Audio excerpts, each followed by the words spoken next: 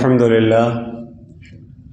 لله وحده والصلاة والسلام على من لا نبي بعده أما بعد فأعوذ بالله من الشيطان الرجيم بسم الله الرحمن الرحيم يا أيها الذين آمنوا ادخلوا في السلم كافة ولا تتبعوا خطوات الشيطان إنه لكم عدو مبين وقال الله تبارك وتعالى إن الدين عند الله الإسلام سبحان ربك رب العزة عما يصفون وسلام على المرسلين والحمد لله رب العالمین۔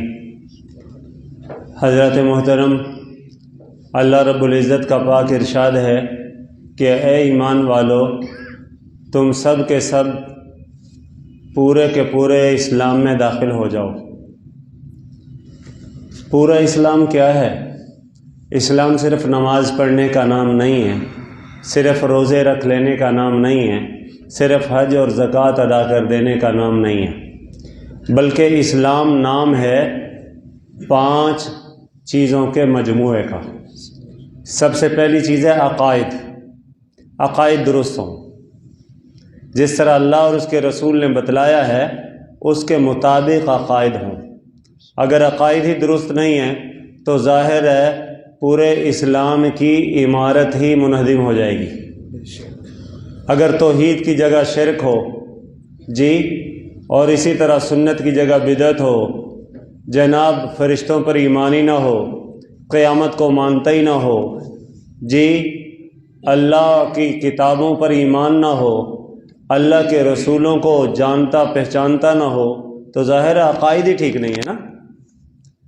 تو سب سے پہلی چیز، اسلام مجموعہ ہے 5 چیزوں کا، ان میں سے سب سے پہلی چیز ہے عقائد۔ عقائد جمع ہے عقیدے کی۔ عقیدہ کہتے ہیں نظریے کو، کہ تمہارا نظریہ، تمہارا ویژن، تمہاری سوچ بالکل ٹھیک اس طرح سے ہونی چاہیے جس طرح جناب رسول پاک صلی اللہ علیہ وسلم نے بتلائی ہے۔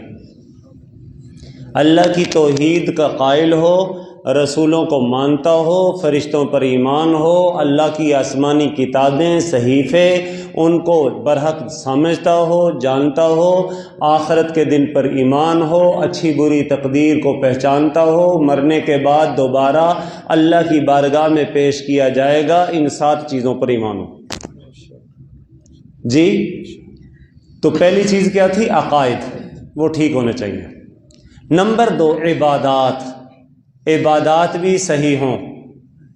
یہ نہیں ہے کہ چلو جی میں مسلمان ہوں، عقیدہ میں نے درست کر لیا، بس یہی میرے لیے کافی ہے، عمل کرنے کی ضرورت نہیں۔ بہت سارے لوگ کہتے جی عقیدہ ٹھیک ہونا چاہیے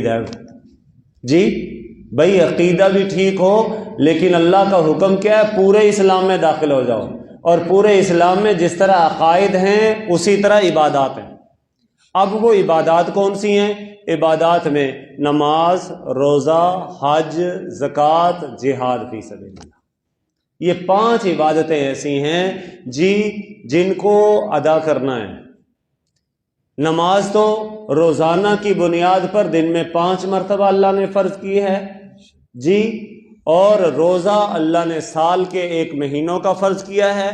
زکوٰۃ رب تعالیٰ نے سال میں 1 مرتبہ صاحب نصاب لوگوں پر فرض کی ہے، اور اسی طرح حج بیت اللہ پوری زندگی میں 1 مرتبہ فرض ہے صاحب استطاعت لوگوں پر، اور جہاد اس صورت میں فرض ہے جب کفار سلطنت اسلامی پر حملہ کر دیں اور وہاں پر سلطنت اسلامی کی فوج ان کا مقابلہ کرنے کے لیے کافی نہ ہو، تو اس وقت حکم ہے کہ جناب باپ کی اجازت کے بغیر بیٹا نکلے گا، خامند کی اجازت کے بغیر بیوی نکلے گی، جناب آقا کی اجازت کے بغیر غلام نکلے گا، سارے بڑے چھوٹے بڑے اللہ کے راستے میں جہاد کے لیے جائیں گے۔ یہ ہو سکتا ہے کہ جناب زندگی میں اس کی ضرورت پیش آئے یا پوری زندگی ضرورت ہی پیش نہ آئے، لیکن یہ کہ جب ضرورت پیش آ گئی تو وہ اس وقت جہاد فرض ہوگا۔ ظاہر ہے یہ فرض عین بھی ہو سکتا ہے، فرض کفایہ بھی ہو سکتا ہے۔ اگر جناب چند مردوں کے جہاد کرنے سے دشمن کے دانت کھٹے ہو جائیں تو صرف اتنے لوگوں کا جہاد کرنا فرض ہے اور باقیوں کی جانب سے فرض کفایہ ادا ہو جاتا ہے۔ تو کتنی چیزیں ہو گئی؟ 2 چیزیں۔ پہلی چیز تھی عقائد ٹھیک ہوں، دوسری چیز ہے عبادات بھی ہوں۔ یہ نہیں ہے کہ جناب میرا عقیدہ سچا سچا ہے، اب مجھے اور کچھ کرنے کی ضرورت نہیں۔ اچھا، پھر بعض لوگ عبادات بھی ٹھیک کر لیتے ہیں۔ اس کے بعد تیسرا نمبر، میں نے کہا اسلام 5 چیزوں کا مجموعہ ہے، تیسرا نمبر ہے معاملات کا۔ آپ کے معاملات وہ درست ہوں۔ خریدنا کیسے ہے، بیچنا کیسے ہے؟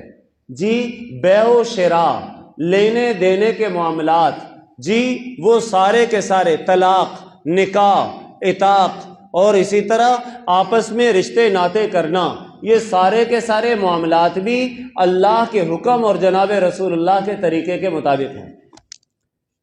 یہ نہیں ہے کہ جناب 5 کلو گندم دے کر 7 کلو گندم لے لی، جناب یہ بھی نہیں ہے کہ جناب 1 کٹورا آٹے کا دے کر 2 کٹورے کا مطالبہ کر دیا، یہ لینا دینا ہو رہا ہے۔ جناب یہ معاملہ بھی اس طریقے کے مطابق ہو جس طرح اللہ پاک نے حکم دیا ہے، جناب رسول اللہ نے اجازت دی ہے۔ فرمایا جتنی اجناس ہیں ان میں عدلم بعدل، برابر سرابر ہو، والفضل ربا، اگر کمی زیادتی کے ساتھ لو دو گے سود بن جائے گا۔ ایک صحابی نے عرض کیا، یا رسول اللہ ہمارے پاس کھجوریں ہوتی ہیں اعلیٰ قسم کی، جی اور ہم چاہتے ہیں، وہ تھوڑی ہوتی ہیں، ہم چاہتے ہیں زیادہ لے لیں، تو کیا ہم 5 مثال دے رہا ہوں 5 کلو دے کر 10 کلو لے سکتے ہیں؟ حضور نے فرمایا اذن والفضل ربا، یہ تو زیادتی ہے اور زیادتی تو سود بنے گی۔ تو پھر کیسے لینا ہے؟ حضور نے فرمایا جو قیمتی کھجوریں ہیں جا کے بازار میں بیچ دو، ظاہر ہے قیمت زیادہ ملے گی نا۔ اب وہ کیا کرو، زیادہ قیمت ملے گی تو جو سستی کھجوریں ہیں وہ لے لو، وہ زیادہ مل جائیں گی کھجوریں بھی تمہیں، مسئلہ بھی حل ہو گیا، مقصود بھی پورا ہو گیا، اور ظاہر ہے شریعت مطہرہ کی نافرمانی سے بھی بچ گئے۔ تو کیا چیز ہے؟ معاملات بھی ٹھیک ہوں۔ یہ نہیں ہے جناب ہم نے بیانہ کر لیا جی، اور سودے میں لکھ لیا کہ جناب اگر وقت پر پیمنٹ نہ کی تو بیانہ ضبط ہو جائے گا۔ آئے ہائے، آج جناب ہماری 100% جتنی پراپرٹیوں کے لین دین ہوتے ہیں ایسی چیزیں بیچ میں ایڈ کر رہے ہوتے ہیں۔ یاد رکھیں کسی کے بیانے کو ضبط کر لینا وہ جائز نہیں ہے جی، اور یہ کہنا کہ جناب اگر اس نے آگے پیمنٹ پوری نہ کی بیانہ ضبط ہے، اور اگر جناب دینے والا بیچنے والا جی منکر ہو گیا تو ظاہر ہے اس کو ڈبل بیانہ دینا پڑے گا، وہ بھی سود ہے۔ اگر خریدار وہ بیانہ مار لے وہ بھی ظلم، شریعت کہتی ہے اس کی بھی اجازت نہیں، یہ تیرا معاملہ ظلم ہے، زیادتی ہے، اللہ اس کی اجازت نہیں دیتا۔ اور اگر تم جناب اس بیانے پر ڈبل بیانے کا مطالبہ کرو تو ظاہر ہے جائز ہی نہیں ہے۔ آج ہمارے ہاں جتنے اسٹام ہو رہے ہوتے ہیں نا ان میں سب سے پہلے یہ چیز درج کی جا رہی ہوتی ہے، جناب اگر پیمنٹ خریدار نے وقت پر ادا پوری نہ کی تو اس کا بیانہ ضبط ہو جائے گا، اور اگر جو بائع ہے بیچنے والا اس نے سودے سے انکار کیا تو اس کو ڈبل کر کے بیانہ دینا پڑے گا۔ اندازہ کرو ایسے سودوں میں برکت کہاں سے آئے گی جہاں پر پہلے دن ہی جناب اللہ کی نافرمانی اور سود پر بنیاد رکھی جا رہی ہے۔ خشت اول چون حد معمار کج، تا سریا میر ود دیوار کج، جب پہلی سیڑھی ہی ٹیڑھی ہو، پہلی اینٹ ہی غلط ہو تو ظاہرہ عمارت جہاں تک جائے گی وہ ٹیڑھی کی ٹیڑھی جائے گی، اس میں اللہ کی طرف سے رحمت نہیں آئے گی۔ تو میں نے کہا اسلام 5 چیزوں کا مجموعہ ہے۔ پہلی چیز ہے عقائد، دوسری چیز ہے عبادات، تیسری چیز ہے معاملات۔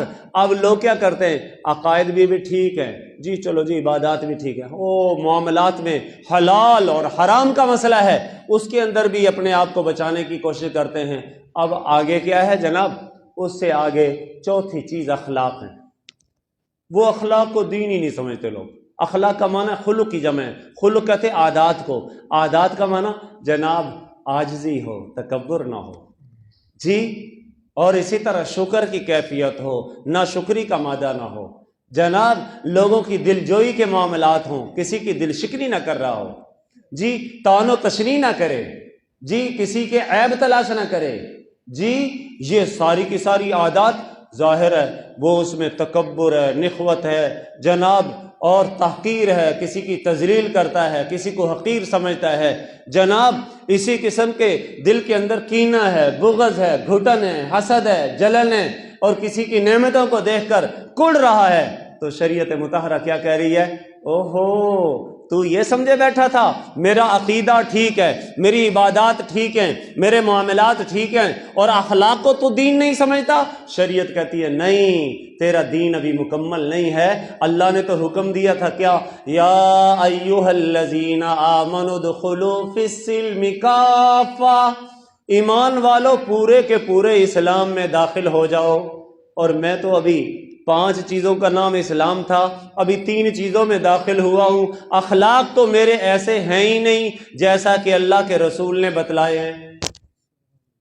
جی تو اب ظاہر ہے ہمیں حکم کیا ہے؟ تیرے اگر عقائد ٹھیک ہیں، عبادات ٹھیک ہیں، معاملات ٹھیک ہیں، اپنے اخلاق بھی ٹھیک کرو، اپنی عادات بھی ٹھیک کرو، اپنے اندر جناب مسلمانوں کے حالات کو دیکھ کر، اچھے حالات کو دیکھ کر شکر کرو، خوش ہو جاؤ، دعائیں دو۔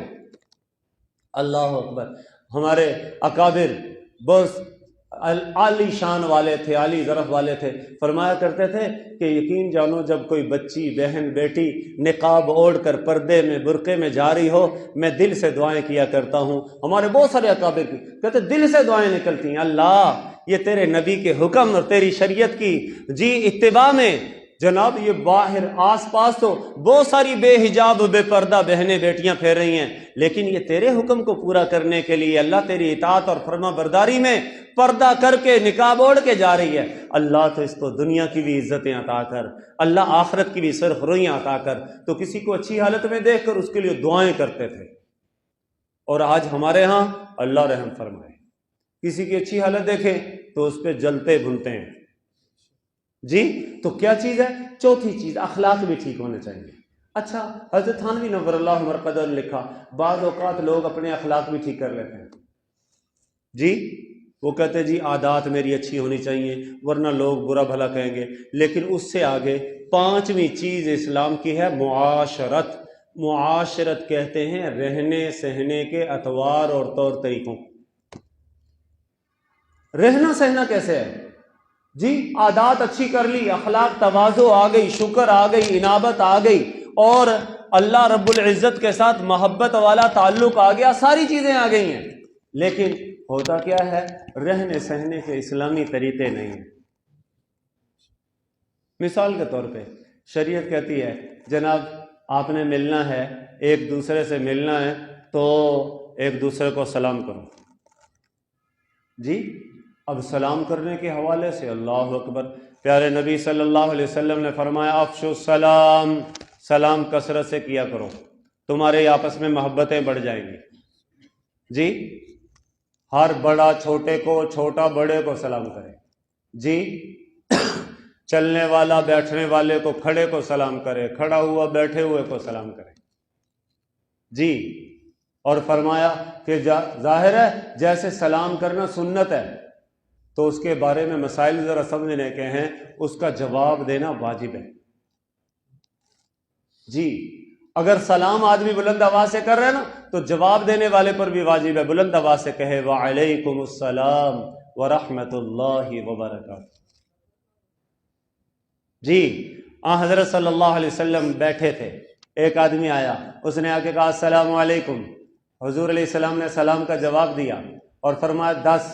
دوسرا آیا، اس نے کہا السلام علیکم ورحمۃ اللہ، حضور نے اسی کے مثل جواب دیا وعلیکم السلام ورحمۃ اللہ اور فرمایا 20۔ تیسرا آدمی آیا، اس نے کہا السلام علیکم ورحمۃ اللہ وبرکاتہ، تو حضرت صلی اللہ علیہ وسلم نے اسی کے مثل جواب دیا وعلیکم السلام ورحمۃ اللہ وبرکاتہ، اور پھر کہا 30۔ صحابہ نے کہا اللہ کے نبی یہ کیا ہے؟ 10، 20، 30، 10، 20، 30۔ حضور نے فرمایا جو پہلا آیا تھا اس نے ایک نیک عمل کیا ہے، اس نے کہا تم پر سلام ہو، ایک دعا دی ہے نا، اور ظاہر ہے من جاء بالحسنۃ فلہ عشر امثالھا، جو ایک نیکی کرے گا اس کو اللہ کے ہاں ایک نیک عمل کرے گا اس کو 10 نیکیاں ملیں گی۔ تو پہلے نے نیکی ایک کی ہے تو اس کو سلام نیکیوں کا، اس کے بدلے میں نیکیاں کتنی ملیں گی؟ 10۔ اور دوسرے نے 2 دعائیں دی ہیں، السلام علیکم ورحمۃ اللہ، تم پر سلام ہو اور اللہ کی رحمت ہو، تو کتنی دعائیں ہو گئی؟ تو 2 نیک عمل ہوئے نا۔ فرمایا اور ایک نیک عمل پر نیکیاں 10 ملتی ہیں تو 2 پر اس کے لیے 20 ملیں گی، اس لیے میں نے اس کے لیے کہا تھا 20۔ اور تیسرا آیا تو اس نے 3 نیک عمل کیے تھے، اس نے کہا السلام علیکم، تم پر سلام ہو، ورحمۃ اللہ، اور اللہ کی رحمت ہو، 2 دعائیں، وبرکاتہ، اور اللہ کی برکتیں ہوں۔ اس نے دعائیں 3 دی ہیں، 3 عمل کیے ہیں، تو ظاہر ہے ہر عمل پر 10 نیکیاں، تو 3 پر کتنی نیکیاں ملیں گی؟ 30، اس لیے میں نے کہا 30۔ جی تو ظاہر ہے سننے والے کو بھی اسی کے مثل جواب دینا چاہیے، اس حدیث میں حضور نے ایسے ہی دیا ہے۔ اچھا بعض اوقات یہاں پر ایک بات، انتہائی اہم مسئلہ، جی آدمی اگر کوئی مسجد میں آئے تو مسجد میں آ کے بعض اوقات آپ لوگ دیکھتے ہیں تو بہت اونچی آدمی آواز میں بعض سلام کرتے ہیں۔ یہاں حدیث میں آتا ہے جب مسجد میں آؤ سلام کرو، جی لیکن بہت ساری دوسری نصوص کو ملانے سے پتہ چلتا ہے کہ جناب اگر تمہارے سلام یا کسی عمل کی وجہ سے نمازیوں کی نماز میں خلل پڑ رہا ہو تو ظاہر ہے اس صورت میں سلام کرنا جائز نہیں ہے۔ اگر ادھر آدمی نماز پڑھ رہا ہے اور ادھر اونچی آواز میں قرآن پڑھ رہا ہے تو جائز ہے؟ جی قرآن حالانکہ تلاوت عبادت اعظم العبادات میں سے ہے، لیکن اس کو بھی حکم دیا جائے گا آہستہ آواز میں پڑھو کہ نمازی کی نماز میں خلل نہ آئے۔ تو اب مسئلہ نکل آیا کہ جناب اگر کوئی آدمی مسجد میں آئے اور سارے کے سارے نماز میں مشغول ہوں تو اس وقت سلام کرنا ہی جائز نہیں ہے۔ جی نمبر 2، اگر سارے کے سارے ویسے ہی بیٹھے ہوں نماز میں مشغول نہ ہوں تو اس وقت سلام کرنا سنت ہے۔ تیسری صورت کہ بعض نماز پڑھ رہے ہوں اور بعض نماز نہ پڑھ رہے ہوں۔ جی پہلے 2 مسئلے تو کلیئر ہو گئے نا، اگر سارے نماز میں مشغول ہیں سلام نہ کرے، اگر کوئی بھی نماز میں مشغول نہیں ہے تو ظاہر ہے پھر اس وقت کیا کرے؟ سلام کرے، اور کچھ نماز میں مشغول ہوں کچھ مشغول نہ ہوں تو پھر کیا کرے؟ ویسے تو شریعت نے اختیار دیا ہے چاہے تو سلام نہ کرے، جی لیکن اگر وہ چاہتا ہے سلام کروں بھی تو فرمایا ایسے انداز میں سلام کرے کہ نماز میں مشغول لوگوں کی نماز میں خلل نہ آئے، اور جو نماز میں مشغول نہیں ہیں وہ ان کو پتہ چل جائے کہ کسی آنے والے نے سلام کیا ہے۔ مثلا قدرتی بات ہے، سلام کے لفظ میں پہلا لفظ السلام علیکم میں یہ جو ہے نا سین ہے، اور سین حروف صفیریہ میں سے ہے، سیٹی نکلتی ہے۔ آدمی آئے، اب آنے والے کو پتہ چل گیا نا اس نے سلام کیا، تو ظاہر ہے جو نماز میں مشغول نہیں ہیں وہ جواب دے دیں گے وعلیکم السلام، اور جو نماز میں مشغول ہیں ان کی نماز میں خلل کوئی نہیں آئے گا۔ تو ظاہر ہے اس کو کہتے ہیں تفقہ، شریعت مطہرہ، جی وہ کہتی ہے دین کے اندر سمجھ پیدا کرو۔ یہ نہیں ہے کہ ظاہر میں ایک حدیث آ گئی کہ اذا دخلتم بیتا فسلموا علی اہلھا، جب تم کسی گھر میں داخل ہو چاہے وہ گھر لوگوں کا ہو یا اللہ کا ہو تو اس وقت سلام کرو۔ جی تو اب یہ نہیں ہے کہ وہاں نماز پڑھ رہے ہیں، وہاں واعظ ہو رہا ہے، وہاں پر نصیحت ہو رہی ہے، درس قرآن ہو رہا ہے، اور آپ نے کہا السلام علیکم، اب سب کی توجہ ادھر، تو کہتے یہ ٹھیک نہیں ہے۔ موقع بموقع دیکھنا چاہیے اور اس کے احکام کا پتہ ہونا چاہیے۔ اچھا اسی طرح ایک اور بات عرض کر دوں، بعض اوقات آدمی کسی جگہ جاتا ہے اور وہاں پر گھر خالی ہوتا ہے، کوئی بھی نہیں ہوتا، جی مسجد میں آتا ہے وہاں پر کوئی بھی نہیں ہے، حدیث میں آتا ہے وہاں پر بھی سلام کرو، لیکن وہاں پر سلام کیسے کرنا ہے؟ السلام علینا وعلی عباد اللہ الصالحین۔ اگر تو کوئی اور ہوتا نا تو ظاہر ہے اس کو مخاطب کر کے سلام کرتے ہیں نا۔ اب یہاں ہم داخل ہوئے ہیں، ہم نے وہاں سارے نیک بندوں کے اللہ کا سلام ہم پر بھی ہو اور اللہ کے سارے نیک بندوں پر بھی ہو۔ توجہ ہے؟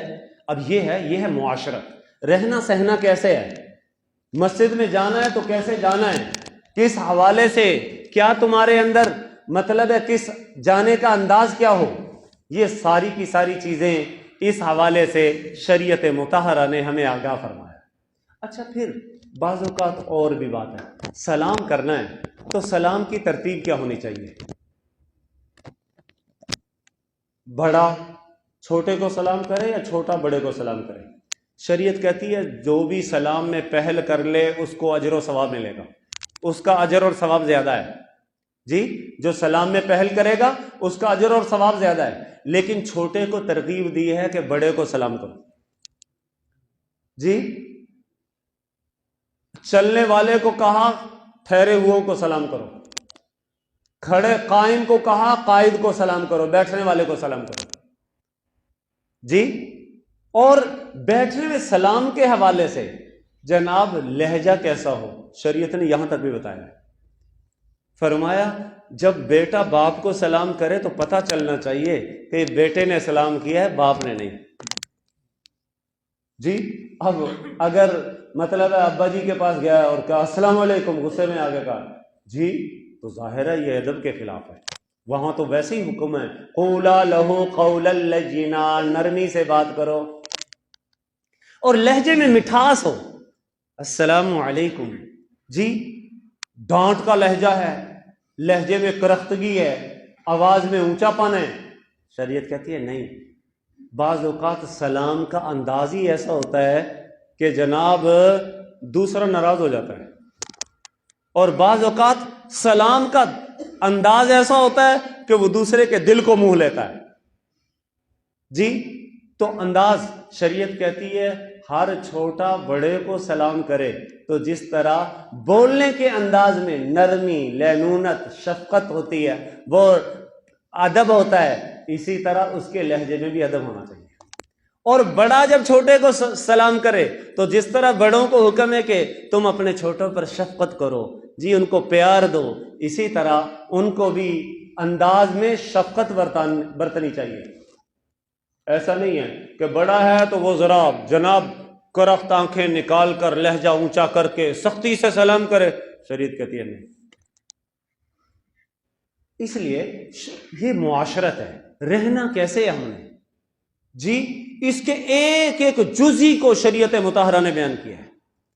تو قرآن کہہ رہا ہے یا ایھا الذین آمنوا ادخلوا فی السلم کافہ، اے ایمان والو تم داخل ہو جاؤ فی السلم کافہ، اسلام میں پورے کے پورے جی۔ یہ ادخلوا کی ضمیر فاعل سے بھی حال ہو سکتا ہے کہ تم پورے کے پورے سب کے سب اسلام میں داخل ہو جاؤ جی، اور یہ سلم سے بھی، وہ سلم کی بھی حالت کو بیان کرنے والا بن سکتا ہے کہ مطلب ہے پورے کے پورے اسلام میں داخل ہو، یہ نہیں کہ آدھا اسلام قبول کر لو آدھا چھوڑ دو۔ تو شریعت مطہرہ کہتی ہے عقائد بھی ٹھیک ہوں، عبادات بھی ٹھیک ہوں، معاملات بھی ٹھیک ہوں، اخلاق اور عادات بھی ٹھیک ہوں، معاشرت بھی ٹھیک ہو۔ معاشرت میں سے مثلا ہم نے سلام کا تذکرہ کیا، اچھا سلام میں سے ساتھ ہی بعض اوقات آدمی مصافحہ وہ سلام کا جزئی سمجھتا ہے کہ جی یہ بھی سلام کا حصہ ہے۔ یاد رکھیں مصافحہ اور سلام، اگر کوئی آدمی دور سے آیا اکیلا آیا ہے تو اسے چاہیے کہ لوگ زیادہ بیٹھے ہیں تو وہاں پر وہ سلام تو کرے زبان سے، لیکن مصافحے کے پیچھے نہ پڑے۔ کیوں؟ اس لیے کہ سب سے 100 بندوں سے مصافحہ کرنے کے لیے شروع ہو جائے گا تو ظاہر ہے وہ اگر کسی کام میں لگے ہوئے ہیں، مصروف ہیں، تو اب ظاہر ہے سارے کاموں سے آپ نے نکال کر اس کو اپنے مصافحے میں شامل کر لیا ہے اور ان کو اس کی طرف مبتلا کر دیا ہے۔ شریعت کہتی ہے ہاں اگر تم اکیلے ہو، ملاقات ہوئی ہے تو سلام کرو، تو سلام کے ساتھ مصافحہ بھی کرو، اور اگر تم محض اسلامی حکم پر عمل کرنے کی نیت سے مصافحہ کرو گے تو ابھی ہاتھ ایک دوسرے کے ہاتھ سے منفصل اور علیحدہ نہیں کرو گے، اس سے پہلے اللہ تمہارے گناہوں کو معاف کر دے گا جی۔ تو سلام کے ساتھ مصافحہ، لیکن مصافحے کے حوالے سے اس میں اگر کوئی آدمی کسی کے ہاتھ مشغول ہے تو آنے والے کو چاہیے صرف سلام کر لے جی، لیکن مصافحہ نہ کرے جی۔ کسی آدمی نے وزن اٹھایا ہوا ہے، اسے چاہیے سلام کر لے لیکن مصافحہ نہ کرے۔ کوئی آدمی موٹر سائیکل پہ جا رہا ہے. اب دیکھو عام طور پر موٹر سائیکل پہ ایک ہاتھ سے ریس دینی ہوتی ہے اور ایک ہاتھ سے کلچ پکڑا ہوا ہوتا ہے. اور بعض اوقات موٹر سائیکل ایسے ہوتے ہیں جناب اگر ریس چھوڑ دو یا کلچ چھوڑ دو ویسے بند ہو جاتے ہیں. اور آپ نے سلام مسافے کے چکر میں اس کو ڈال دیا بیچارہ. اب بعد میں پتہ ہی نہیں وہ کک مارے گا تو سٹارٹ بھی ہوگی کہ نہیں ہوگی. اب اس کو تو آپ کا مسافہ مہنگا پڑ گیا نا جی. تو شریعت کہتی ہے یہ ہے حسن معاشرت کہ تم یہ دیکھو، تم تو یہ سمجھ رہے ہو کہ جناب میں نے کہا اچھا جی گناہ معاف ہو جائے. مجھے اچھی طرح یاد ہے 2007-8 کی بات ہے. وہ موٹر سائیکل کوئی ایسے ہی تھا، وہ قدرتی اس کا کام ہونے والا تھا. تھوڑا سا اگر کوئی ہو جاتا تھا تو مطلب ہے اگر ریس پر سے ہاتھ چھوڑ دو تو بند ہو جاتا تھا. اچھا ایک جگہ گئے، ہمارے ایک بزرگ تھے، وہ نا نیکی کے بڑے حریص تھے. ان کو تھا کہ جی مسافہ کرنے سے تو گناہ معاف ہو جاتے ہیں جی. تو اب میں نے ان کو مطلب اب ظاہر ہے بڑے تھے، ایک ہاتھ سے مسافہ کرنا بھی بے ادبی سمجھ رہا تھا. میں نے وہ کہا جی السلام علیکم. تو انہوں نے کہا جی وعلیکم السلام. ہاتھ آگے بڑھانے کے حوالے سے دور سے مجھے نظر آ رہا تھا یہ مسافہ بھی کریں گے. میں نے کہا یہ نا موٹر سائیکل میرا بند ہو جائے گا، لیکن یہ کہ وہ سلام پر ہمیں انشاءاللہ اجر و ثواب پورا مل گیا ہے. لیکن وہ پھر بھی قریب آئے. میں نے کہا کہ چلو وہ تو 10 نیکیاں تو ملنی تھیں، گناہ بھی تو معاف کروا لینا ہاتھ ملا کے. انہوں نے ہاتھ ملایا، میرا موٹر سائیکل بند ہو گیا. اب جناب اس پہ کک مارو، کک بھی وہ لوسی تھی. وہ جناب کوئی 10 منٹ وہاں کھپتا رہا. پھر اس کو وہ مطلب ہے پیدل چل کے جا کے کہیں مکینک تلاش کیا اور پھر جا کے اس کو تھوڑا سا ٹھیک کروایا، اسٹارٹ کروایا، پھر کہیں آگے چلے.